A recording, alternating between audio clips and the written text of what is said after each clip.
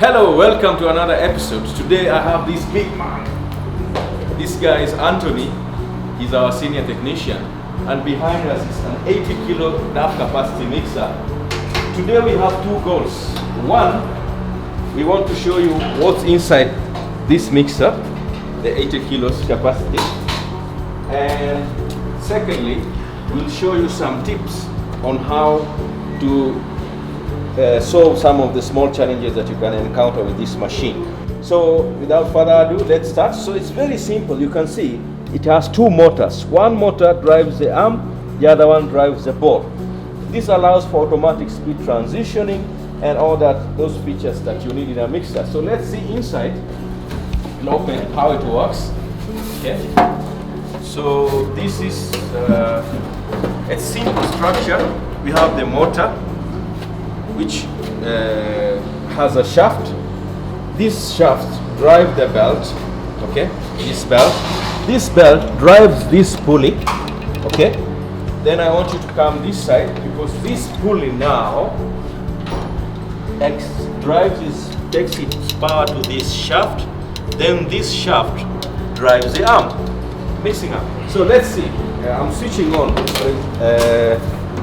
And I say this is where we switch it on, for example. So let's see. That is on.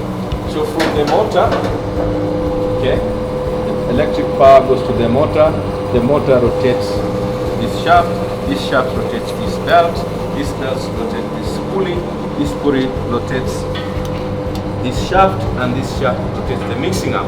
As simple as that. And then there is a separate ball which the other motor separately rotates the ball in the opposite direction. So most important, what are some of the challenges that you can encounter with this machine and how to solve it? The first problem you can encounter, you'll see maybe a squeaky noise coming from here. So when you check that and you know the belt is worn out, so you know it's time to change the belt. So we will do a separate video on the same on how to change the belt. So that is number one, troubleshooting. Knowing when to change your belt. So when you have a squeaky noise coming from here. Number two, you could have this motor, this shaft here, wobbling.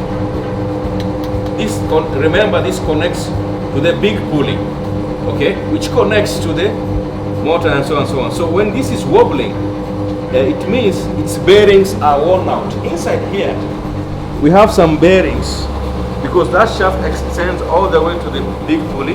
So when those bearings are worn out, this will start to wobble. Okay, so you know it's time to change those bearings.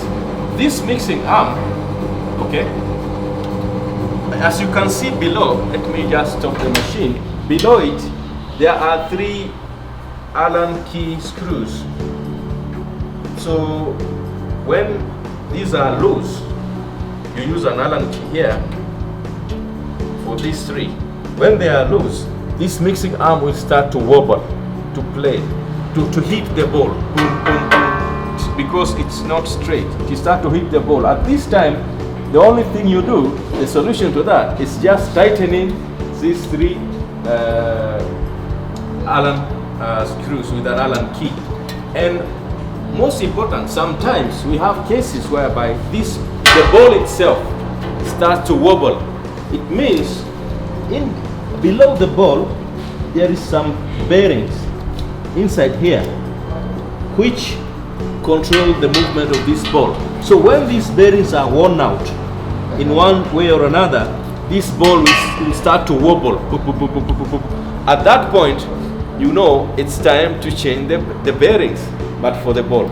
So another issue you can experience, sometimes this motor will overheat. When you are baking, it's good to always also check the temperature of your machine. When you touch here and it's very hot, okay, because there is always a cover here, this cover. Maybe you are baking and you touch here, it's very hot.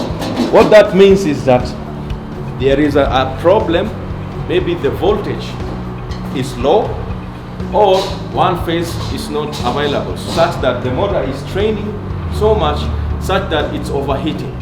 So I hope those tips allow you to better understand your mixer, your machine, and you know which actions to take at what time. Remember, we will make episodes for each one of those: how to change the bearing, how to change the belt, how to change this, how to tighten this. So that's why you should subscribe to our YouTube channel, Bakewave TV, for more information.